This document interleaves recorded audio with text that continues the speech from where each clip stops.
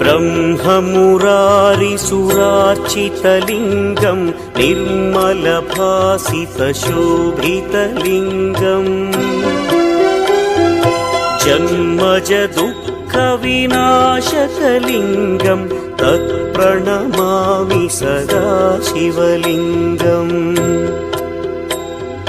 देवमुनिप्रवरार्चितलिङ्गं कामदहन करुणाकरलिङ्गम् रावणदर्पविनाशकलिङ्गं तत्प्रणमामि सदा शिवलिङ्गम्